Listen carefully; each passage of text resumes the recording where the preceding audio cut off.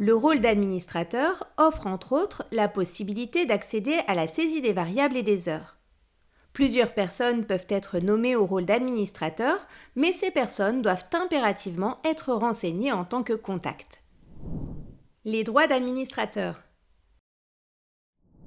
Pour créer un nouveau contact, cliquez sur « Ajouter un contact » depuis l'interface de configuration du module. Remplissez ensuite les différents champs et cliquez sur « Appliquer ». Sélectionnez ensuite le premier contact pour lequel il faut configurer les droits, puis activez les droits relatifs à la saisie des variables, ceux relatifs à la saisie des heures, la saisie des acomptes, la gestion des absences et enfin la validation des éléments variables. Puis, sélectionnez le contact suivant pour lequel vous souhaitez attribuer des droits. L'activation de chacun des droits dans MySilae active automatiquement le droit similaire dans la fiche contact de SilaePay. Ainsi, l'activation du droit variable de paie active automatiquement le droit saisie des éléments variables dans la fiche contact. De la même façon, si le droit saisie des éléments variables est coché dans la fiche contact, cela activera l'option dans la gestion MySilae. L'activation du droit saisie des heures active par défaut ce même droit dans la fiche contact et inversement. Ce droit offre l'accès au menu variable heures pour l'administrateur afin qu'il puisse saisir les heures complémentaires et supplémentaires pour tous les salariés ou un groupe de salariés.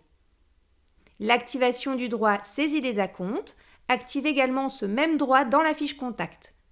Ce droit ouvre la possibilité à l'administrateur de déclarer des acomptes versés aux salariés. L'activation du droit à la gestion des absences vous offre par défaut le droit à la consultation des agendas et à la gestion des congés et absences dans MySilae. Cela ouvre automatiquement le droit à la saisie complète des absences dans la fiche contact. Enfin, le droit à la validation des éléments variables dans MySilae active par défaut ce même droit dans la fiche contact.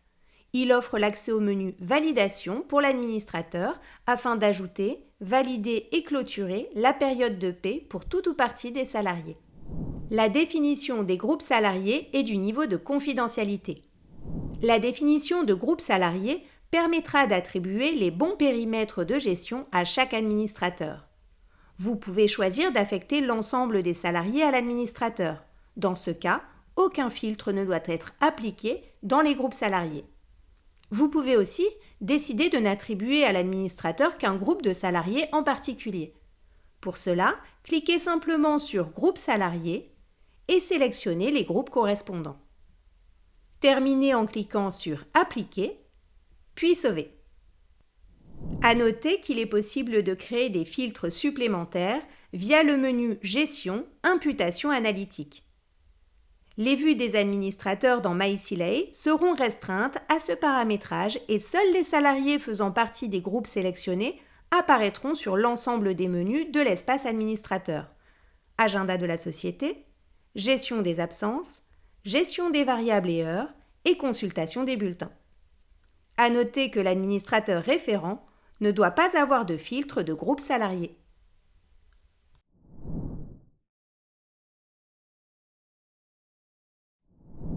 Si des niveaux de confidentialité sont configurés dans les fiches salariés, le paramétrage sera également repris dans MySilae pour l'ensemble des menus disponibles.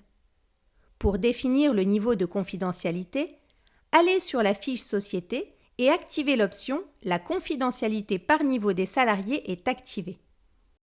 Sur la fiche Contact, attribuez également un numéro qui indiquera le niveau de visibilité de ce contact sur les salariés ayant un numéro inférieur ou égal au sien. Pour plus d'informations sur les niveaux de confidentialité, n'hésitez pas à consulter l'aide en ligne SilaePay sur le sujet.